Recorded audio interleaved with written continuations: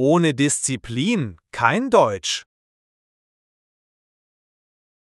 Wenn Menschen an Deutschland denken, kommt oft ein bestimmtes Bild in den Kopf. Pünktlichkeit, Ordnung, Fleiß. Die berühmte deutsche Disziplin. Manche bewundern sie, andere lächeln darüber, aber eines ist sicher: Sie hat den Ruf, stark und zuverlässig zu sein. Doch was steckt wirklich dahinter? Ist Disziplin eine Eigenschaft, die man nur geboren hat? Oder ist sie etwas, das man trainieren kann, so wie ein Muskel? Die Wahrheit ist, Disziplin ist keine nationale Superkraft. Sie ist eine Haltung, die jeder Mensch entwickeln kann, egal woher er kommt. Die deutsche Kultur hat bestimmte Werte wie Pünktlichkeit und Struktur tief verankert, und genau deshalb lohnt es sich, einen Blick darauf zu werfen. Denn wenn du lernst, diese Art von Disziplin in deinem Alltag zu trainieren, profitierst du nicht nur beim Sprachenlernen, sondern in allen Bereichen deines Lebens: Arbeit, Gesundheit, Beziehungen, persönliche Ziele. In diesem Video möchte ich dir zeigen, wie du Schritt für Schritt die deutsche Disziplin in deinem Alltag üben kannst. Nicht durch Strenge oder Zwang, sondern durch Klarheit, kleine Routinen und innere Stärke. Bevor wir darüber sprechen, wie man Disziplin trainiert, müssen wir verstehen, was Disziplin überhaupt bedeutet. Viele Menschen verwechseln sie mit Härte, Strenge oder sogar mit einer Art Selbstbestrafung. Sie denken, Disziplin heißt, sich immer zu quälen, keine Freude zu haben, alles perfekt zu kontrollieren. Aber das ist ein Missverständnis. Echte Disziplin ist keine Strafe, sie ist eine Form von Freiheit. Warum? Weil Disziplin bedeutet, bewusst zu wählen, was dir wichtig ist, und deine Handlungen daran auszurichten. Sie ist nicht 5 Stunden am Tag Vokabeln zu pauken. Sie ist, dir 20 Minuten Zeit zu nehmen, jeden Tag. Sie ist nicht, alles gleichzeitig zu tun. Sie ist, klar zu wissen, was Priorität hat, und konsequent dabei zu bleiben. Die deutsche Kultur hat diesen Gedanken tief verankert: Ordnung muss sein. Das heißt nicht, dass man perfekt sein muss, sondern dass Struktur Sicherheit gibt. Disziplin bedeutet, nicht nach Gefühl zu handeln, sondern nach Entscheidung. Nicht vom Chaos beherrscht zu werden, sondern selbst die Richtung zu bestimmen. Nicht auf Motivation zu warten, sondern auf Routinen zu vertrauen. Wenn du das verstehst, merkst du, Disziplin ist kein Zwang, sondern eine innere Stärke, die dich freier macht, weil sie dir hilft, das umzusetzen, was du dir wirklich wünschst. Disziplin beginnt nicht mit großen Plänen, sondern mit kleinen Routinen, die sich in deinen Alltag einfügen. Genau hier liegt eines der Geheimnisse, das oft mit deutscher Mentalität verbunden wird: Struktur. In Deutschland sind viele Dinge durch klare Abläufe geprägt: Fahrpläne, Bürozeiten, Vereinbarungen. Diese Strukturen sind nicht da, um Menschen einzuschränken, sondern um Sicherheit und Verlässlichkeit zu schaffen. Genau das kannst du für dein eigenes Leben übernehmen. Erstens: Feste Zeiten setzen. Wenn du dir vornimmst, jeden Tag zu lernen, dann leg eine Uhrzeit fest. Nicht irgendwann am Nachmittag, sondern konkret: jeden Tag um 18 Uhr mache ich 20 Minuten Deutsch. Der klare Termin macht es leichter, konsequent zu bleiben. Zweitens: Kleine, wiederholbare Gewohnheiten. Disziplin entsteht nicht durch einmalige Kraftakte, sondern durch Wiederholung. Statt dir vorzunehmen, heute 100 neue Wörter zu lernen, fang an mit jeden Tag 5 Wörter wiederholen. Klingt wenig, aber in einem Jahr sind das über 1800 Wörter. Drittens: Umgebung gestalten. In einer chaotischen Umgebung ist es schwer, strukturiert zu bleiben. Richte dir einen Platz ein: aufgeräumt, klar, einladend. Schon allein dieser kleine Rahmen signalisiert deinem Gehirn, hier bin ich fokussiert. 4. Rituale einbauen. Trinke einen Kaffee, bevor du lernst. Starte mit einem Lied. Beende deine Session mit einer kleinen Notiz im Kalender. Rituale verankern Routinen im Alltag und machen sie stabiler. So merkst du, deutsche Disziplin ist nichts Mystisches. Es ist das Ergebnis von klaren Routinen, die Tag für Tag gestärkt werden. Ein zentraler Aspekt der deutschen Disziplin ist das Zeitmanagement. Zeit ist für alle gleich, 24 Stunden pro Tag. Der Unterschied liegt darin, wie wir diese Zeit nutzen. Viele Menschen sagen, ich habe keine Zeit, Deutsch zu lernen. Aber oft bedeutet das nur, ich habe meine Zeit nicht bewusst geplant. Disziplin im Zeitmanagement heißt nicht, jede Minute streng zu verplanen. Es bedeutet, den Überblick zu behalten und die wirklich wichtigen Dinge zu priorisieren. 1. Plane bewusst. In Deutschland ist es normal, Termine früh zu vereinbaren und einzuhalten. Übernimm das für dein Lernen. Trage deine Lernsessions in einen Kalender ein, so wie einen Arzttermin. Ein Termin mit dir selbst ist genauso wichtig wie ein Termin mit anderen. 2. Vermeide Multitasking. Viele denken, sie sparen Zeit, wenn sie mehrere Dinge gleichzeitig tun. In Wahrheit zerstreut es nur deine Energie. Setze dir klare Blöcke, 20 Minuten nur für Deutsch, ohne Handy, ohne Ablenkung. 3. Nutze kleine Zeitfenster. Zeitmanagement heißt auch, die Lücken zu sehen. Wartezeiten, Fahrten mit Bus oder Bahn, perfekte Momente, um ein paar Vokabeln zu wiederholen oder einen kurzen Podcast zu hören. 4. Lerne Nein zu sagen. Disziplin bedeutet auch, Zeitdiebe zu erkennen. Frag dich, hilft mir das, mein Ziel zu erreichen? Wenn nicht, dann darf es auch mal ein klares Nein geben. So wird Zeit dein Verbündeter statt dein Feind. Mit einem klaren Umgang mit Zeit entwickelst du automatisch mehr Ruhe, Fokus und Ausdauer, und das ist die Grundlage für Disziplin. Ein Sprichwort sagt, Ordnung ist das halbe Leben. Und auch wenn es oft mit einem Lächeln zitiert wird, es steckt eine tiefe Wahrheit darin. Denn äußere Ordnung schafft innere Klarheit. Wenn dein Arbeitsplatz voller Chaos ist, stapeln sich nicht nur die Bücher, sondern auch deine Gedanken. Wenn dein Tagesablauf unstrukturiert ist, fällt es schwer, Routine und Fokus aufzubauen. Genau deshalb spielt Ordnung in der deutschen Disziplin eine so wichtige Rolle. 1. Ordnung im Raum. Richte dir einen festen Lernplatz ein. Ein Tisch, der nur für dein Studium da ist, signalisiert deinem Gehirn, hier arbeite ich konzentriert. Entferne Ablenkungen, halte es sauber und du wirst merken, wie viel leichter es fällt, dran zu bleiben. 2. Ordnung in den Materialien. Hast du schon einmal Minuten damit verschwendet, nach einer Vokabelliste oder einem Notizbuch zu suchen? Struktur in deinen Lernmaterialien spart Zeit und Nerven. Digitale Ordner, klare Notizsysteme oder Apps können dir helfen. 3.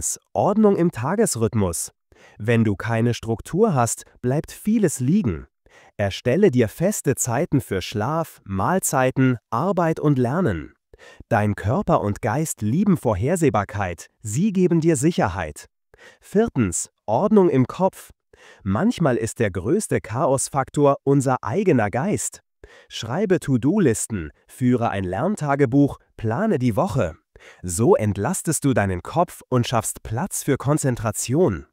Ordnung ist kein Selbstzweck, sie ist ein Werkzeug. Sie nimmt dir unnötigen Stress und schafft die Grundlage, damit Disziplin überhaupt möglich wird. Ein wichtiger Teil echter Disziplin ist die Fähigkeit, Prioritäten zu setzen. Viele Menschen scheitern nicht, weil sie zu wenig tun, sondern weil sie zu viel gleichzeitig versuchen. Disziplin heißt nicht, alles zu schaffen. Disziplin heißt, zu wissen, was wirklich zählt und die Energie genau dorthin zu lenken. 1. Das Wesentliche erkennen. Frage dich, welche eine Sache bringt mich heute meinem Ziel näher? Wenn du Deutsch lernst, könnte das heißen, lieber 10 Minuten aktiv Sätze bilden, statt 2 Stunden planlos Artikel zu lesen. Zweitens, die 80-20-Regel. Oft bringt ein kleiner Teil der Aktivitäten den größten Fortschritt. 20% der Vokabeln werden in 80% der Gespräche gebraucht. 20% der Grammatikregeln decken den Großteil des Sprachgebrauchs ab. Konzentriere dich auf diese Kernelemente. Drittens, Ablenkungen reduzieren. Es gibt unendlich viele Nice-to-have-Dinge, neue Apps, extra Bücher, hunderte YouTube-Videos. Aber zu viele Optionen verstören Fokus. Entscheide dich für wenige, klare Quellen und bleibe konsequent dabei. Viertens, Mut zum Nein. Prioritäten setzen bedeutet auch, Dinge wegzulassen. Ein Nein zu Überflüssigem ist ein Ja zu dem, was wirklich zählt. Die deutsche Disziplin besteht genau darin, nicht alles perfekt zu machen, sondern das Richtige konsequent. Denn nur wer Prioritäten setzt, kann Kraft bündeln und damit langfristig mehr erreichen. Viele Menschen glauben, sie bräuchten ständig Motivation, um diszipliniert zu sein. Doch Motivation ist wie das Wetter. Mal sonnig, mal stürmisch, mal gar nicht da. Wenn du nur lernst, wenn du motiviert bist, wirst du niemals weit kommen. Die Wahrheit ist, Konsequenz ist stärker als Motivation. Erstens, Motivation ist ein Gefühl, Konsequenz ist eine Entscheidung. Gefühle schwanken, aber eine Entscheidung bleibt. Wenn du beschlossen hast, jeden Morgen 15 Minuten Deutsch zu üben, dann tust du es, egal ob du Lust hast oder nicht. Zweitens, Routinen nehmen dir die Entscheidung ab. Jedes Mal neu zu überlegen, ob du heute lernen sollst, kostet Energie. Ein fester Ablauf macht es automatisch. So wie du dir morgens die Zähne putzt, ohne groß darüber nachzudenken, kannst du auch Lernen zur Gewohnheit machen. Drittens, kleine Schritte statt Heldentaten. Disziplin bedeutet nicht, jeden Tag Höchstleistungen zu erbringen. Sie bedeutet, kleine Dinge konsequent zu tun. 5 Minuten Vokabeln am Tag sind besser als 2 Stunden nur einmal im Monat. Viertens, Belohnungen nutzen. Auch Konsequenz darf Freude machen. Verbinde dein Lernen mit etwas Positivem. Ein Kaffee, ein Häkchen in deinem Kalender, ein kurzer Moment des Stolzes. Motivation bringt dich vielleicht zum Start, aber nur Konsequenz bringt dich ins Ziel. Und genau diese Haltung macht den Kern der deutschen Disziplin aus. Jetzt kommt der spannendste Teil. Wie kannst du die deutsche Disziplin direkt beim Sprachenlernen einsetzen? Disziplin im Alltag ist wertvoll, aber wenn du sie auf dein Deutsch überträgst, wird sie zum echten Motor deines Fortschritts. Erstens, Lernzeiten fest verankern. Lege dir fixe Blöcke, morgens 10 Minuten Wiederholung, abends 20 Minuten hören oder lesen. Diese Struktur macht dein Lernen planbar und stetig, ganz im Sinne der deutschen Ordnung. Zweitens, Wiederholung als Grundprinzip. Viele Lernende jagen ständig neuen Inhalten nach. Disziplin heißt, das Gelernte geduldig wiederholen, bis es sitzt. Nutze Karteikarten, Apps oder kurze Schreibübungen, um das Fundament stabil zu machen. Drittens, Fehler dokumentieren. Schreibe deine typischen Fehler auf und bearbeite sie gezielt. Genau das ist diszipliniertes Lernen. Nicht blind weitermachen, sondern Schwächen bewusst angehen. Viertens, realistische Ziele setzen. Anstatt in 3 Monaten will ich perfekt sprechen, in dieser Woche will ich 20 neue Wörter aktiv benutzen. Disziplin bedeutet, kleine Ziele konsequent umzusetzen und sie Schritt für Schritt auszubauen. Fünftens, dranbleiben, auch wenn es schwer wird. An Tagen ohne Motivation hilft die Routine. Vielleicht lernst du dann nur 5 Minuten, aber du lernst. Und diese Beständigkeit ist das, was dich langfristig wirklich voranbringt.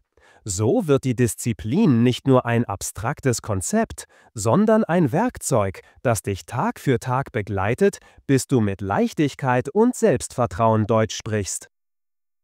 Disziplin zeigt ihre wahre Stärke nicht an guten Tagen, sondern dann, wenn es schwerfällt. Wenn Müdigkeit, Ablenkungen oder Ausreden auftauchen, entscheidet sich, ob du weitermachst oder aufgibst. Erstens. Faulheit entlaufen. Oft sagen wir, ich bin zu müde. Doch in Wahrheit sind es nur ein paar Minuten Unlust. Disziplin bedeutet, den inneren Schweinehund zu durchschauen und trotzdem den ersten kleinen Schritt zu machen. Zweitens. Ablenkungen ausschalten. Das Handy neben dir, die offene Serie, die ständige Benachrichtigung, all das raubt Fokus. Disziplin heißt, bewusst ein Umfeld schaffen, in dem Lernen möglich ist. Ein aufgeräumter Tisch, Flugmodus, klare Zeitfenster. Drittens. Ausreden durch Rituale ersetzen. Statt zu überlegen, ob du lernst, startest du dein Ritual automatisch. Ein Tee kochen, ein bestimmtes Lied anmachen, das Lehrbuch aufschlagen, schon bist du im Modus. Viertens. Druck verringern. Viele Widerstände entstehen, weil wir zu groß denken. Heute muss ich 1 Stunde lernen. Wenn das zu viel ist, fang mit 5 Minuten an. Kleine Siege öffnen die Tür für größere. Fünftens. Dich selbst erinnern. Disziplin bedeutet auch, dich mit deinem Ziel zu verbinden. Frage dich, warum mache ich das?